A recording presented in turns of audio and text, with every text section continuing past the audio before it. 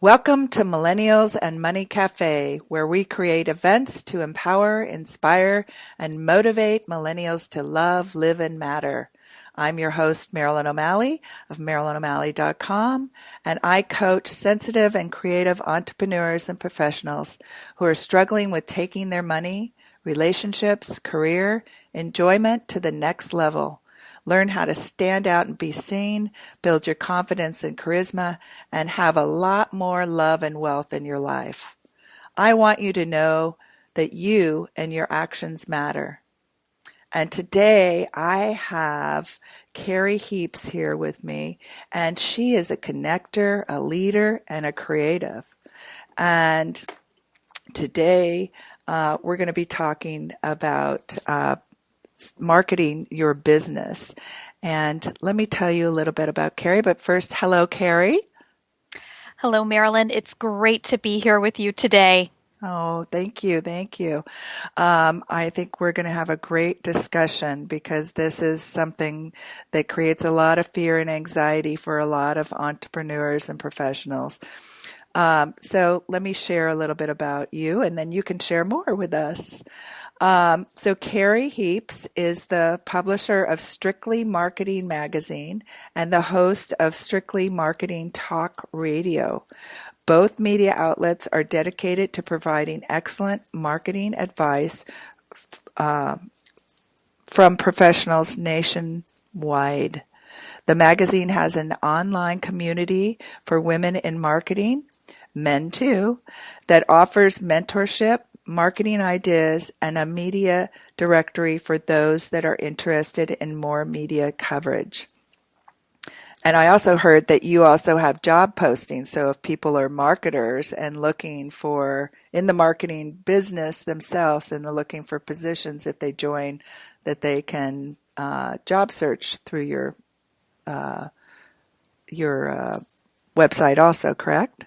Yes, and actually, they don't even need to join. We have a basic, a free level of membership, and then we also have a premium upgrade, a paid one.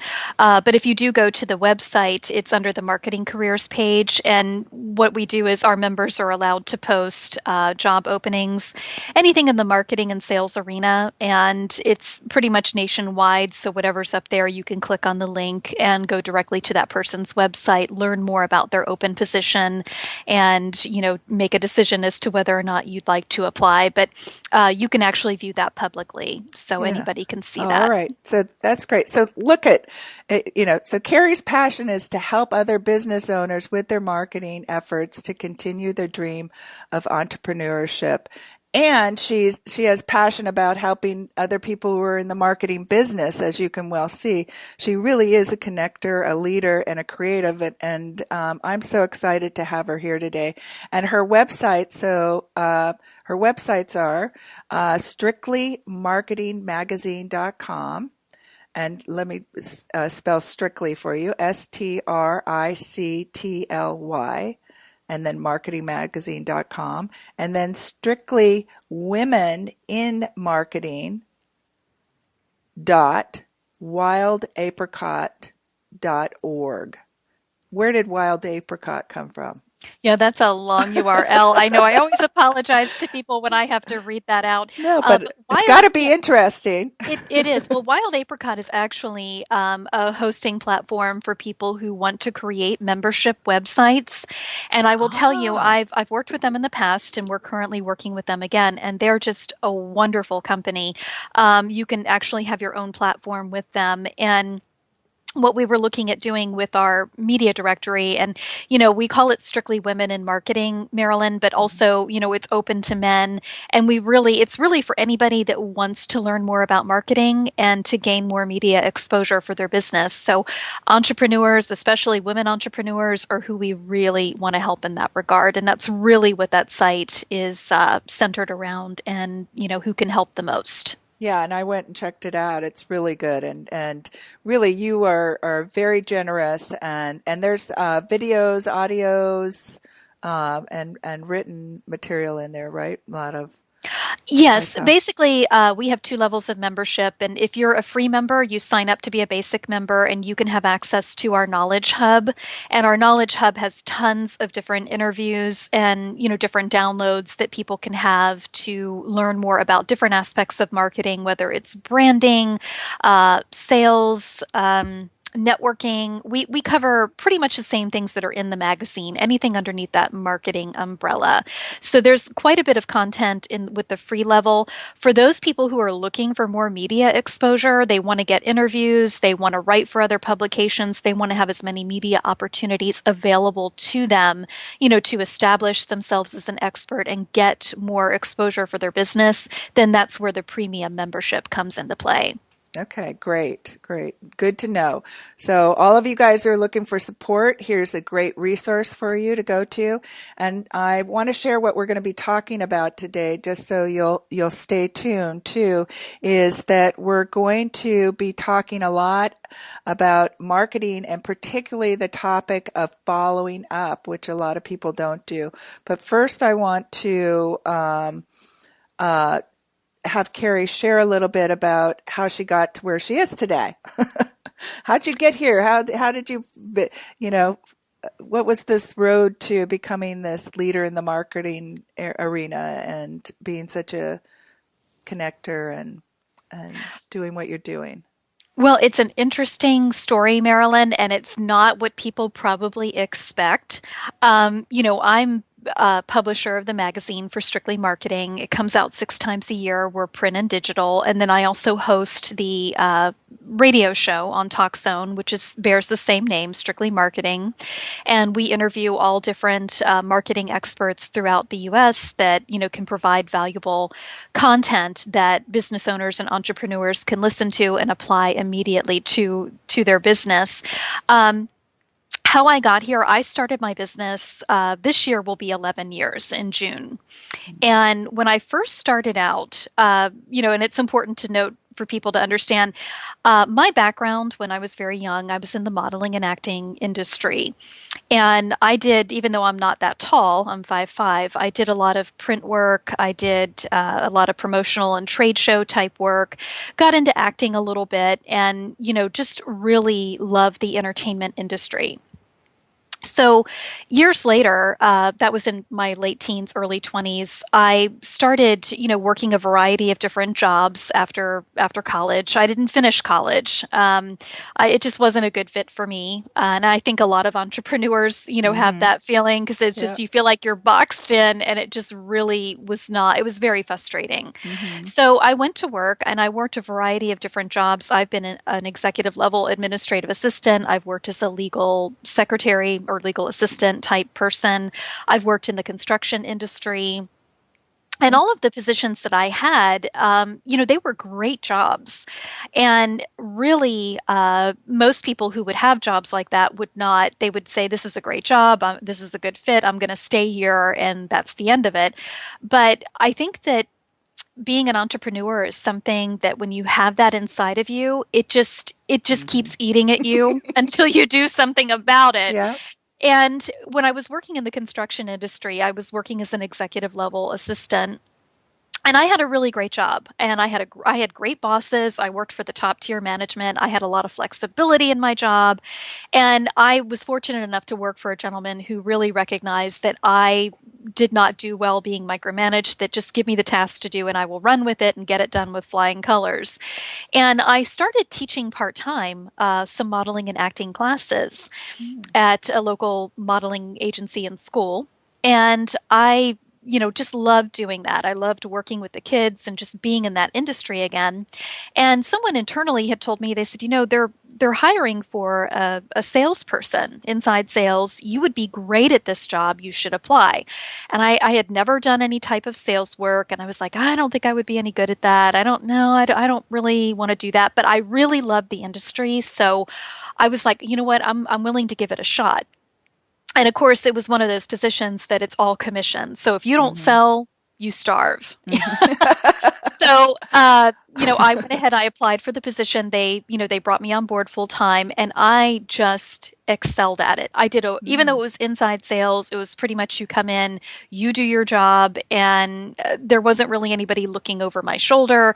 I mhm, just really thrived in that environment and did a mm, wonderful job. mhm, So, I thought, this is great. And I even thought about, I was working for a major modeling school and agency at the time, and I started helping them with other things. I worked the flip side of the desk as a booker, booking our mhm, models on assignments, and just really loved that. And I thought, I really want to get back into this and I want to have my own, you know, not so much agency, but just to be able to teach this on my own and do it my own way. So I want to have my own business. And I started kind of planning that. It was kind of in my head. And I actually relocated at that point in time to the Orlando area and was working in the staffing industry at that point. I had gotten a job working, doing high level accounting, IT, and clerical positions. And my job was doing business development. mm, So that really gave me a good taste of what entrepreneurship is. And I always recommend to people, if you're looking at becoming an entrepreneur and having your own business, I always recommend that they get a job like that, where they are working in outside sales and they're out on their own. And if you can really knock it out of the park and do a great job and not slack off, and, because you're in control of your time at that point. right. And, so at that juncture in the game, I was starting to do part of my job. I had to do a lot of trade shows. I had to do a lot of networking. And because that was my job, was to find open positions in different companies. And Mhm, I was involved with a lot of different networking organizations, business networking, and I had a lot of them come to me and say, you're really good at connecting people. You're very good at the hostess mentality. We're mhm, looking at starting another chapter in this area. Will you help us start that up? So I started, doing that because I enjoyed that as well. And, I thought to myself, well, if I'm going to do this for other people, I should do this for myself because there's a lot of work that's involved in this and I might as well get paid for it. And at that point, I set a goal for myself. I was going to give myself a year. mhm, And I worked part time in the evenings and I worked during the day at my, staffing position. And I, wanted to go back into the modeling acting industry. So I decided, I have a lot of certifications and training to do image consulting. So this is really what I would like to do. So I actually started planning and started my business to go into the modeling and the image consulting to get back into the entertainment and beauty industry. mm, But because of what I was doing, connecting and starting networking organizations, helping them expand with their chapters. When I did go out on my own, I thought, I'm going to do this because I'm good at it and I'm making money. I'll do this until my image consulting business takes off. And I still remember I tell people when I finally put my 2 week notice in, and this is such a good part of the story too, because I think everybody can relate. I put my 2 week notice in, worked out my 2 weeks. That Friday, I was like, okay, this is wonderful. I'm going to be doing my image consulting and I'm going to be doing networking events and it's all going to be great. mhm. And then that Monday morning rolls around and I'll never forget this. I get up, it's kind of overcast and just like lightly raining outside. It's sort of misty. And I remember going to the window in my dining room and looking out going, oh boy, what did I just do? But I will tell you, Yeah. it's been an interesting Mhm. interesting ride, and it hasn't planned out like I thought it would, but everything Mhm. works out Yeah. for a reason. And I tell people too, my worst day as an entrepreneur, I still wouldn't trade it for my best day in corporate. There's nothing Mm, like having your own business. But I started out, I started doing networking events. I was bringing people together at a Borders Books cafe, which is kind of like a Barnes and Noble bookstore with a cafe in it mhm, and at different locations. And then I started doing lunch events, and then we started going into doing trade shows, and my image consulting kind of went to the wayside because that's really I had a passion and an interest in this as well. So that's kind of how my business got started. And then through the years, I kept doing events. And then I started having people come to me saying, would you help me with my marketing strategy? With my, I'm having difficulty with sales and closing. So I actually had people coming to me asking for that kind of assistance in the marketing arena. And I started helping people one on one. And, then I just kind of segued into doing some other things. And then I just, over the past couple of years, we kind of segued into just helping people with their marketing. Because even though I'm a good connector, this seems to be my strongest point is the marketing side of things. I can certainly always help people and connect them with other parts of their business to be able to hook them up with other experts. But where my expertise lies seem to be in the marketing. Now, I still have my image consulting business. I still don't do as much with it as I do with the marketing, but it's something that I really enjoy doing. Having the show, it still keeps me in the entertainment industry. As a matter of fact, my first modeling agent, Marcia Dahl Falconberry, who is located in Tallahassee, Florida, we just had her on the cover of this January-February issue. I did the feature interview with her. We talked about promotions. And after the interview, she even told me, she said, see, you still wound up in the entertainment industry. And I said, well, what do you mean? She said, well, you have your own show. Mm-hmm. You're hosting it. Yes. You're interviewing all sorts of experts that are, in the reality, television world and just, different people who are kind of celebrity status. So you are still in the entertainment industry and this is why you love doing what you do. And I said, you know what, you've got a good point. And I never looked at it that way. But yeah, I always thought it would be a straight line, Marilyn, to Mm-hmm. where I wanted to be. And it's been you look at it on a chart and it's so zigzag and you go over here and it's funny how you start out with a plan, which I think is important, but sometimes there are things that will happen that will carry you in a completely different direction. And that's what's so exciting about being an entrepreneur is you don't know what tomorrow brings. Right. And that's also the thing that's so terrifying about it. It is. And I will say too, going back to another thing that my good friend and first mentor taught me, Marcia, she's always told me you need to take your biggest fear and turn it into your greatest thrill. Because for years I've always said that sentence out loud and just saying, I don't know what tomorrow is going to bring, just with angst and fear in my voice.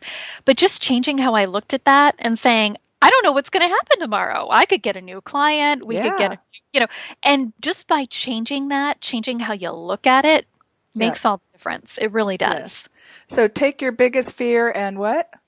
Take your greatest fear and turn it into your greatest thrill. So if your fear is a fear, like with me, being an entrepreneur, you never know what's going to happen, the fear of the unknown of you may not have business tomorrow or you may go through a dry spell and just turning it into, I don't know what's going to happen tomorrow. Yeah. But of course, you still have to work towards that to make things happen, obviously. Yeah. But just take your greatest fear and turn it into your greatest thrill. And, that's something that she's really known for teaching, people.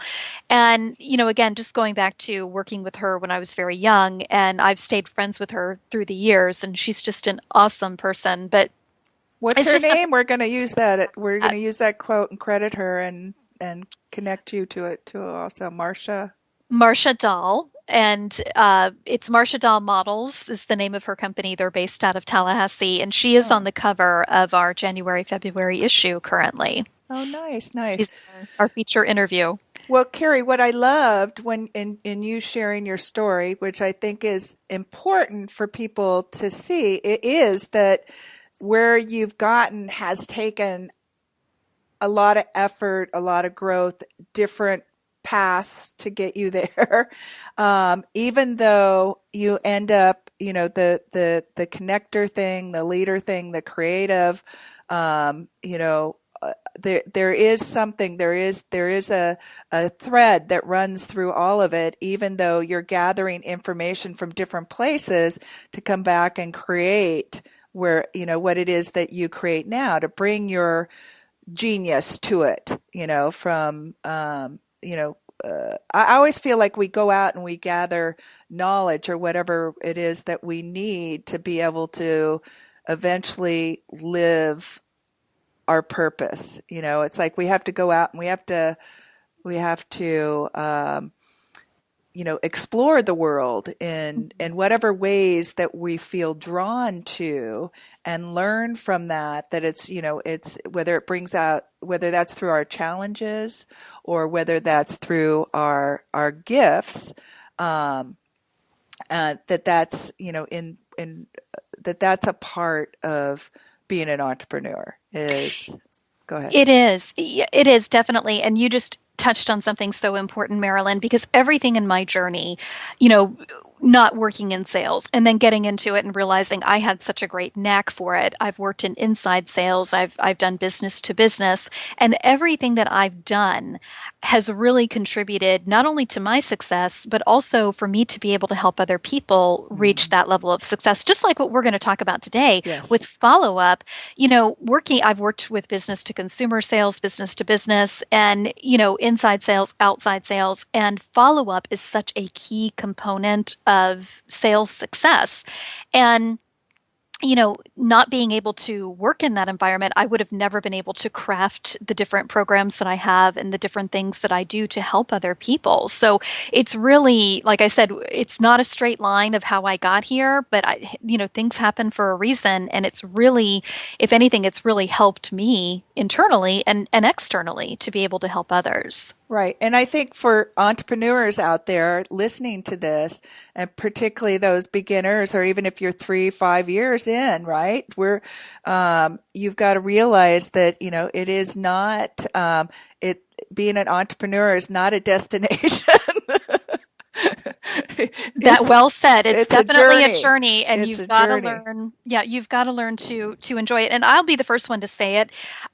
Being an entrepreneur, it's not for everyone. No. And, I've had several people over the years, that I've talked with that, they're interested in starting their own business. And when they really sit down and talk with me and see what's involved, I think there's still a stigma there that people think, well, I can work from home and I can just, I can take long lunches and I can, It's going to be easy. yeah. And I mean, there are times, are there days that I sleep in? Absolutely. Yeah. But it's normally because I've been up till 2, maybe 4 o'clock in the morning, working on the layout of the magazine or doing proofreading or doing some other component of the administrative side of things that needs to get done because there's a deadline. Right. So it's really a trade-off.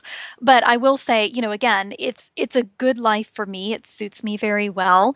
But, and I've had some people who have told me after they talk to me, they're like, well, I'm not willing to do all of that. And it's like, well, then you have a decision to make. You might be better suited to stay where you're at, because anything that you do on your own is going to require a tremendous amount of work, effort, and time on your part. Yes. Well said. So let's, and I want to say today's show is not only for entrepreneurs, for professionals, because really whatever you're doing, you're in sales, right? No, it doesn't matter what if you're an entrepreneur, you're always in sales. And if you're a professional, somehow you're selling something, you're selling your service, whatever that is to the company, or others, and so it's really important to, have this skill. And so why don't we start with, so we all know that we have to, sell. Why don't you give a little description of sales here so they're clear, and then move into then talking about the follow-up and what that is, and the you know how to move because this is your talk through that. But how do you want to approach this? Just go ahead and run with it, and I'll. Well, I would say, and I'm glad that you mentioned that too, just about, anyone who is in sales. If you are in inside sales, direct sales, outside sales, these are some tips that can definitely help you. But yeah, when you're an entrepreneur, you're always wearing the sales hat. It's just, it doesn't really come off at any point in time. You might be at the helm, you might have other people who are helping you, but you always need to be promoting. It's just part of marketing. Talking about sales, obviously A lot with follow up really happens when you're meeting with someone and you're discussing your opportunity or your product or your service. And, follow up, once you have pitched them, that's when the follow up, these particular steps are going to start taking into play. But people always ask me, like, when should follow up start? Well, it really starts, Marilyn, when you meet someone. Mm-hmm. What do I mean by that? Let's just say, for example, because I'm sure a lot of people listening, and if you are an entrepreneur, you definitely need to go out there and network. You need to go to Chamber of Commerce events, maybe your local BNI chapter. You need to get out there and meet people. And what I see is that when people are going out there and they're meeting people, that's really when the follow-up the process should begin, because you should be gathering information about them. When you go to a networking function and let's just say you're introduced to someone and you strike up a conversation and you think to yourself, this could be, somebody who could refer a lot of business to me. Maybe they could make a good strategic partner, meaning they're in the same industry, but they sell a non-competing product or service, but they go after the same type of clientele. And they're talking about maybe their kids are in soccer or they're looking for karate classes to take. Definitely always get someone's business card. If they have a brochure or a business card, and take notes on the back, while they're talking. If they mention karate, you need to make notes of that. These are all things that you can use in the follow-up process, because part of follow-up is you're building a relationship with them, and you always continue to build a relationship with someone. So you definitely want to be making notes. I find that there's some really basic or common mistakes that I see people make, either when they're leaving an initial sales meeting or a networking event, and that's one of them. They don't ask for information or for a business card. They think they're going to remember everything. But, if you think Mm-hmm. about it, the last networking function that you went to, most people on average are going to meet a total of 3, maybe to 6 people that they're really talking and connecting with. Then you go home and other things are going on. So that's going to take up space in your brain. And then when you get back to your desk the next morning or even that night, you will not remember every detail. You just won't. People think I have a wonderful memory. I don't. And truth be told, I have a terrible memory. But the reason that people think that is because I take excessive notes. I'm always writing things down, so I do remember. Mm. So you want to start taking notes. And these little details, whether they're talking about they're looking for, they're getting ready to move, or, just anything that this prospect could be talking about. Even if you don't think that they're going to be a good client for you, you never know who they know. So you Mm-hmm. always want to be building a relationship with people. So definitely taking notes, get their business card. That's a huge pet peeve of mine. If you go to a networking function, you need to bring some type of marketing material with you, because if I ask you for your business card and you tell me, oh, I don't have business cards, or I don't like business cards, I and know. then I I have never. to yeah, I've had this happen where I actually Yeah. have to take my own card or a piece of Yes. paper out of my purse and a pen, and it takes extra effort on my part, and it just drives me crazy. And then usually if that's somebody that I'm thinking about hiring, I usually don't go with them, because to me, if you're not prepared enough, you came to a networking event, if you're not prepared enough to market your business, what kind of service are you going to provide? And it's usually probably something that's not that good. Mm-hmm. So, just keep that in mind. Always have marketing material with you. And keep in mind too, with sales, it's a numbers game. I know people don't like to hear that. I know they don't want to accept that, but sales really is a numbers game. So the more people you talk to, the more sales you're going to make. So you've got to talk to people. You need to get out there. If you pay to go to a networking function, don't be a wallflower. Get out there and mingle with people. Even have a goal to talk with 5 people, a minimum Mm-hmm. of 5 people before you can go home and gather their information. Um, Mm-hmm. so I make, often will say, I'll set an intention that I'm going to, meet, 1 or 2 people, and I might even just go to a networking event to meet a new friend. Mhm.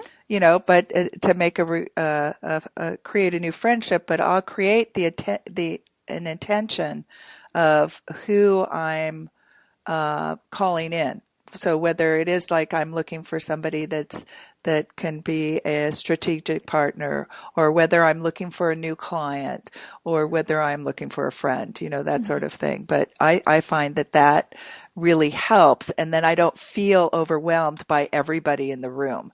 And I could just sort of use my intuition to kind of like, where do I Absolutely. feel drawn to, that fits that intention. Absolutely. So those are the two things, the first two that common mistakes, and they're usually done at a networking function. So the rest of these mistakes and tips that I'm going to offer are going to be after the networking function, or if you've just left an initial sales meeting. So that could be you've met someone at Starbucks to discuss your direct sales opportunity, or you are a business to business person and you just went on an appointment to meet with a prospect and you've talked with them about your product or service, how it can help them. You've come to the close of the meeting.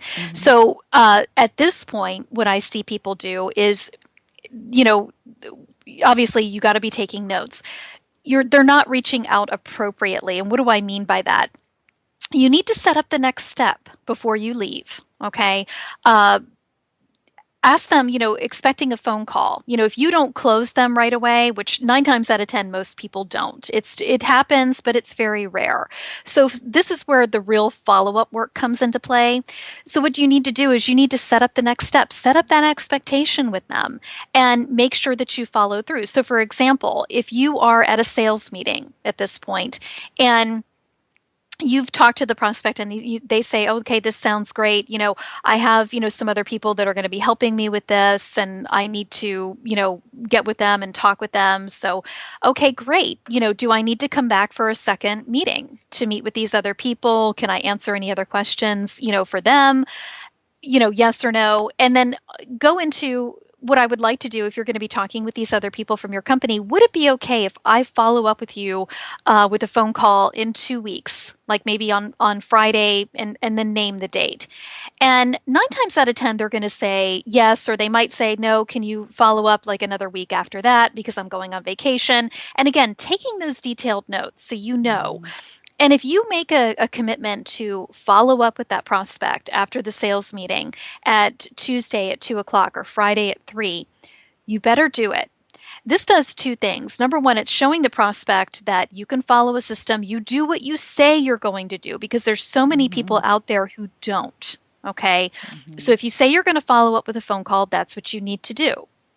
So making notes, making sure that you set up that next step, set up that expectation. Don't just leave. There's so many salespeople that will just say, oh, okay, well, let me know if you have any questions. And then they might send an email like the following week.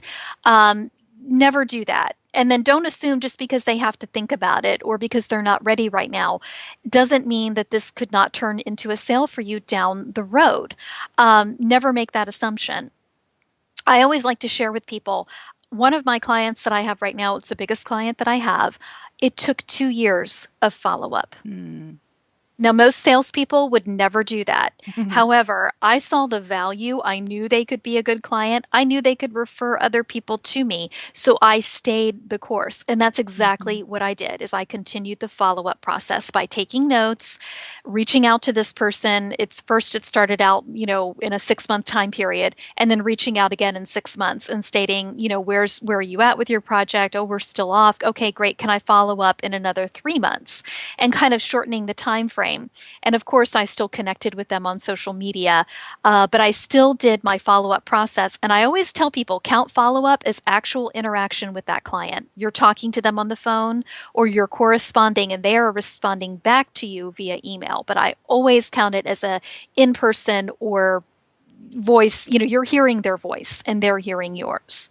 So you need to have a system. And that's another thing I see people don't do. You need to create a system. Your system does not need to be fancy. It doesn't need to be expensive. My follow-up system, Marilyn, I use those little fat books that you can buy at the dollar store. Mm-hmm. And kids use them to put, or what they used to, kids used to use them to put their homework assignments in. And they're called the little fat book. They're just a tiny little notebook. And what I do is I'll make notes on each page. If I meet somebody at a networking function, I staple their card on one page. And I have their notes on the back of the card. I've sent them an email saying, it was great to meet you. I enjoyed Mm. talking about, your kid's soccer tournament. I hope that goes well. And then the next time I follow up, I'm going to bring that up again. But I always write down the date and I just pencil it in with a pencil. I write down the date that I met them, the date that I sent an email, and then the next time that I follow up. That's a So, great idea. Thank you so much. And I want to say, because one of the things for I have a lot of creatives that mhm, listen, and creatives are not great about having systems and structures because we want to be free. mhm. And one of the things that I've learned late in life is that structures make us allow us to be more creative. So having this structure and put it in a place, which I think is fabulous. I have never heard anybody say this about networking, which really helps. Um, that will then you can be creative about how you interact with them. Exactly. Well, and two, like I said, I'm more, and with me, it's if it's not broke, I don't fix it. I've been doing that for years, so I don't really Mm, have. I mean, we do have some automated CRM, customer yeah, relation, things that we use online that are computerized. But yeah. for the most part, for me personally, I use more of a manual system. Hmm. And like I said, it doesn't have to be fancy to be effective. It doesn't have to Right. be expensive to be effective. So that's something that you can do. And then as Yeah. you're going through the follow up process, if you tell that contact, I'm going to reach out to you again in 2 weeks, you have a note there, okay, follow up in 2 weeks or give them a call on, and then there's the date. And then you continue to call in. Now, if you don't get them, for example, I deal with a lot of high level executives, CEOs, presidents, vice presidents. And I would say for every 30 to 40 times I pick up the phone to call them, I will get their voicemail 29 times. Okay, so Mm, I'm not big on leaving messages. If you do decide you want to leave a message, leave one. Don't leave any more than that. And don't assume because they're not calling you back that means that they're not interested. People get busy. They have other things going on. And if your project is not a priority right now, it's not going to be a priority until they make it a priority. Okay. So don't just assume because you don't hear back from them. I can show you in some of my books where I have, probably because I use a coding system. So, for example, if I get their voicemail, I just put VM for voicemail. If mm, I left a voicemail, I put LVM for left voicemail. If there mhm, was no answer or they're not available, I put NA. If their number for some reason rings busy, I just put B for busy. So I always make sure that I have some type of mm, coding so I know what happened when I dialed. Okay. mhm. And you can even do this in Excel and just have like a notes Yeah, file, a notes field, and just do the same thing and just put a forward yeah. slash for each time you reach out and what happened. So if you do get them on the phone, you want to make those notes, whether you write them down in your notebook or you put it in Excel. Now you can use Salesforce is great. There's a lot of people that use Infusionsoft and all these other programs. And if you have the money to invest in that, wonderful. But it's not needed for Hmm. follow up success because follow up is going to depend on your action. If you Right, don't take any action, Salesforce is not going to make you take action. right, The only thing right. that makes you take action is you picking up the phone. So have a system. And the other thing I would say with that too, we also do some color coding. And again, if you want to do this manually with a little fat book, staple those business cards on a page and just start making notes on both sides of the page, you can do that. We do a color coding system, and this could help. You can do this in Excel too, because you can highlight the field, the actual row, and highlight it with color. Hmm. But what I use is 4 colors.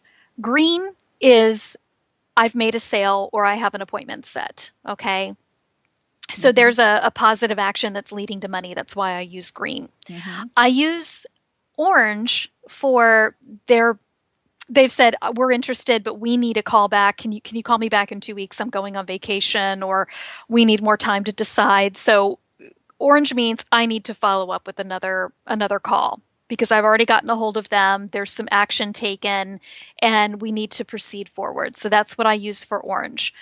Then I use yellow if they request information from me, meaning they want me to email them some additional information or email them a link or send something to them in regular mail or email. Mm-hmm. So I use yellow for, so I know we've sent them some type of information via email or regular mail. Hot pink or red, I use meaning that they're not interested. And I'm going to go over what we do with those that will help people as well with their follow-up process. But those are the main colors that I use. With my manual system, all I do is I take that little green highlighter. Okay, great. I've got an appointment or I've made a sale with this person. So I mark them green. So I know that there's a lot of action that's been taken. It's turning into a sale or it is a sale.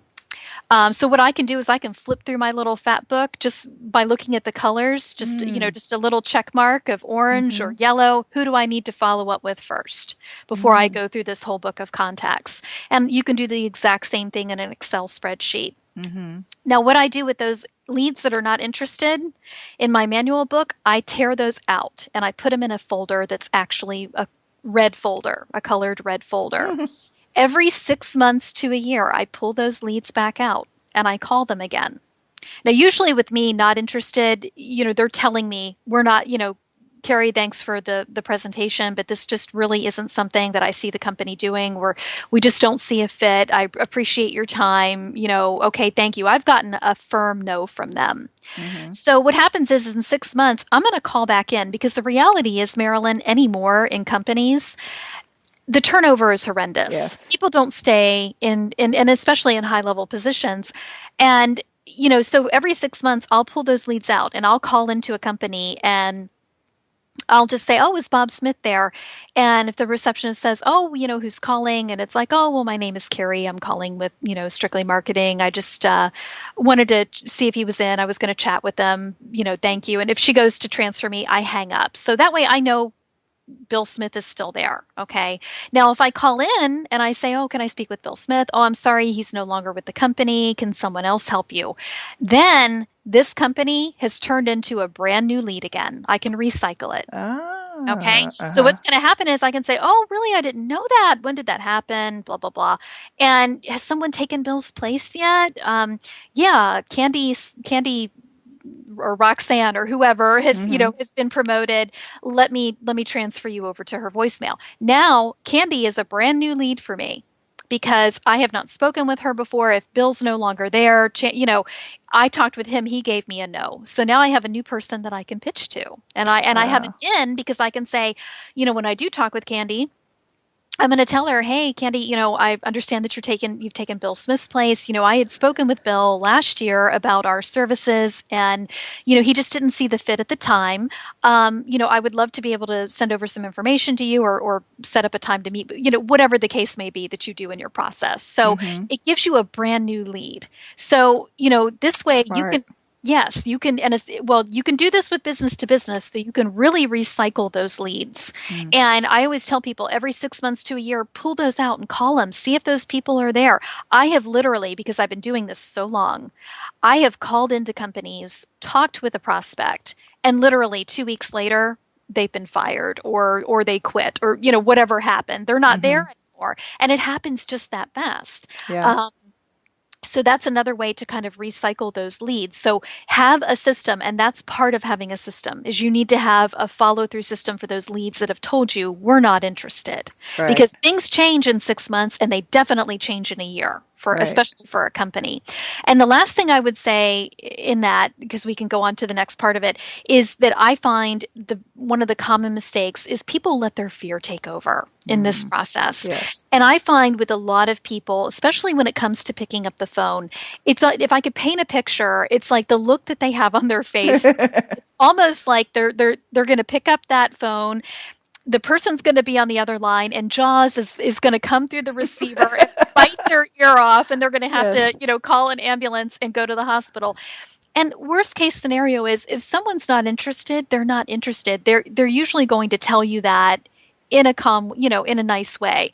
So I think probably the meanest thing I've had someone say to me, I mean, as in a business to business environment, is, look, this is just not something that we see as a value, which isn't really mean, but it's really it's that fear because Hmm. people think, oh, well, this is what I would say if it were me. I don't want to bug this person. I don't want to. Right. And you have to realize that people are not thinking about you that much. They Right. really aren't. I mean, they've got other things going on. And especially, when you're calling into a company, there's so many other components of their job.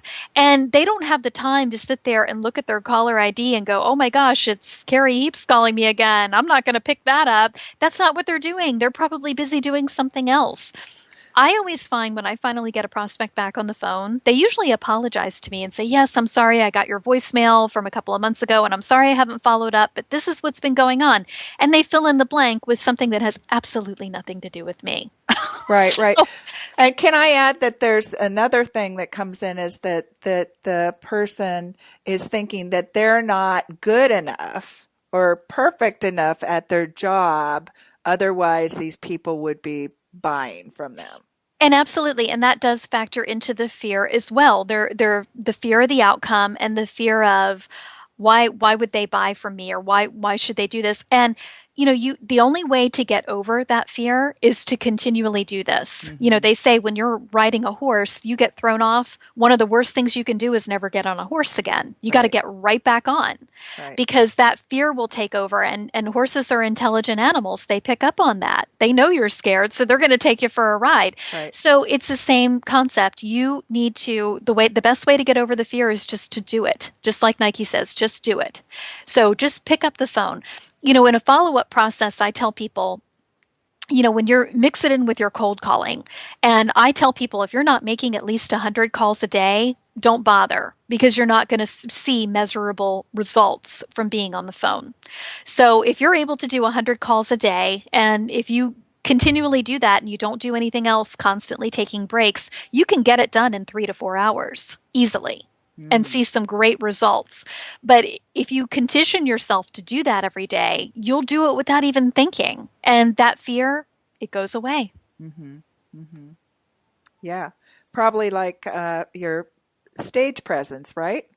Exactly. Exactly. If you're on stage every night, I mean, and I will say too, and I still get some butterflies in my stomach. I mean, I've been hosting a show for a long time, but I still get butterflies in my stomach before we do Hmm. our show. And I think that that's just natural. But as far as having like that gut wrenching fear where your stomach is upset, that goes away. It really Right. does. And, the anxiety and the more polished you become. But the only way that's going to happen is by continually doing it. Right. Right. So, Carrie, we're nearing. You've shared so much information with us, and we've gone over our time. But anyway, I mean, it's been wonderful, and I appreciate that. And I'm sure our audience this full of information.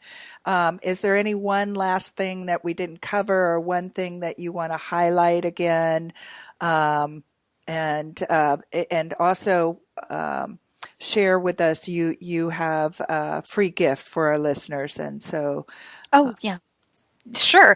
Well, I would just say, kind of in closing, just going back to what I've shared is, creating a follow up system. Again, if you do it manually or if you do it online through Excel, whatever you do what you feel comfortable with because it's your process. You have to be comfortable with it. So if you're comfortable with an automated system online, go with that. If you're comfortable doing something manual, go with that. There's no right or wrong way to set it up. It's whatever you feel the most comfortable with. But definitely having a system because you will not be able to follow up effectively without it. So I would mhm. say that in closing.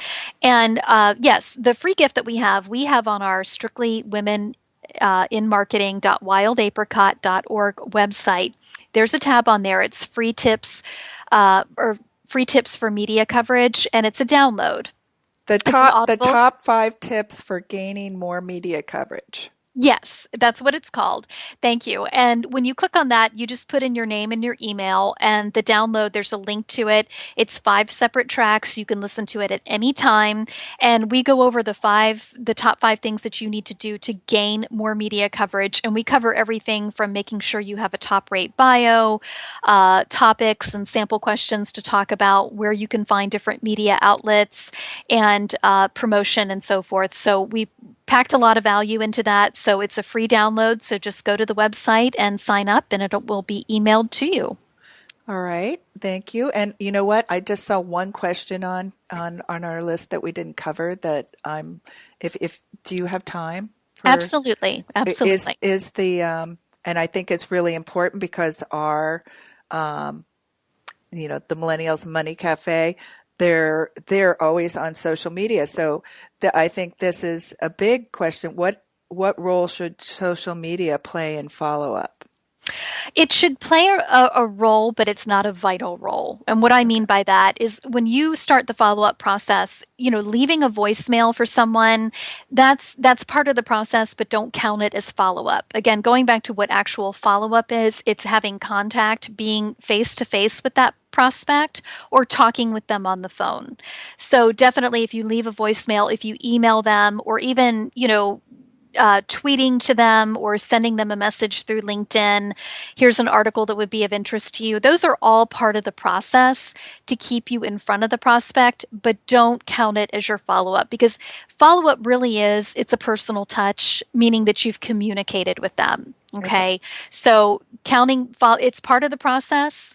Definitely do it, but don't think because all you're doing is tweeting to someone that's all. I keep following up, but there's no response. That's not true follow-up. Okay, so I have a question following that. So for those of us who are international or national, Mhm. so if we find somebody on social media that we want to connect with, then creating a system through so it even talking to them or tweeting with them or liking them on Facebook and sharing some things, it's like it is good to then follow up and like reach out. Can we have a conversation? Can we meet on Skype? Can when you're in, are you coming this way at all, or I'm coming your way, can we get together and meet? Yeah, and I will go back and say too, because I have had prospects that have been like in Canada and or the UK. So obviously, email or Skype is going to be the best way for you. You're not going to be able to physically be in front of them, but keep in mind, follow up really. You need to start doing the follow up after this prospect. You've done a presentation, whether that's online or in person. You've done something where you've presented your product or service to them. Okay, so this type of follow up that you're going to be doing should really start after that. Okay. Because Yeah. if you think about it, if I've met people before too on Twitter where we start communicating and then I talk about, well, I can tell you more about what I do. Let's set up a Skype call, or I can email you our presentation because we have an automated presentation. So once I do that, then you can kind of consider that as your sales appointment. Okay. Or as you've met them at a networking function and you all have been talking and they know what you do. So the true follow up is really for they've already been presented to in some fashion. Hmm. That more or less kind of like what you're talking about would be kind of part of a cold calling process. And we do a show on that as well. So that is a little bit different, but I would definitely say consider follow up, meaning it's follow up after we've done a presentation. Does that make sense? Yeah. Yeah. Okay. I'm just also wondering, so I'm thinking ahead for my people listening to this. So if they were to go onto your radio show and listen to something that related to this, do you happen to know like a name of the a show, or is there that would be like great for them as a starter, or just to go into your mar- Absolutely. Well, I can tell you right now, Business Creators Radio, if they go to that, I have been a guest on Adam Homey's show twice. Once discussing follow up, like we've done here, and they're releasing a segment, I believe it's tomorrow or Wednesday, where we did an actual segment on cold calling, which actually talks about more of introducing yourself to prospects, to get a sales meeting or to be able to do a presentation. So we're doing one on cold calling, and I think that's being released on Wednesday, I believe. So yeah, if they go to our website, they can certainly look through our blog post. I mean, we always have different things on there too that are related to cold calling or follow up. Okay, but the business creative radio show, is that It's Business Creators Radio creators Show. Hmm. creators Radio show. Okay, great. And it's businesscreatorsradioshow.com is his actual website, I believe, where the show's hosted. All right, and if that comes out, feel free to put that on my website, on my Facebook or something, and or send it to me, and I'll spread the word. And we can post the connection also when this goes live. Sure, and if you do have requests that people would like to do a segment on follow-up, I'm always happy to do that as well. Okay, all right, great. And oh my gosh, you are just so full of information, and I just love you. And I know we can have you back again on something else. Thank you so much, Kerry. This has just really been wonderful. And I know I've been around and heard a lot of things on marketing, and you gave me all new information here. I mean, I understand follow-up, but you did it in a different way, and with the system and everything, it just clarified a lot for me. So I'm trusting that it will do that for this audience and everybody who tunes in. So I'm very excited. Well, it was an honor to be here with you today, Marilyn. I really enjoyed it. Oh, well, thank you. So thank you, everybody. As you today, what we learned about follow-up and sales, and we learned about Kerry Heaps and her Strictly Marketing magazine. We learned from one of her mentors is take your greatest fears and turn it into your greatest thrills. And so if you feel hungry to listen to more inspiring interviews and transformative podcasts like this one, you can go to MarilynO'Malley.com, or you can find us on iTunes under Millennials and Money Cafe. You can also sign up for our newsletter, which covers more topics like this, and follow on Twitter and Facebook at Coach Marilyn, also LinkedIn and Huffington Post and Instagram and YouTube. We're all over the place, right? That's good marketing. Absolutely. Yeah. So fun. And anyway, I probably would love also to get something. If you've written something, I'll share that too with our readers. But anyway, collaboration, right? We're all in this together to help each other to live, love, and matter. And so thank you, everybody.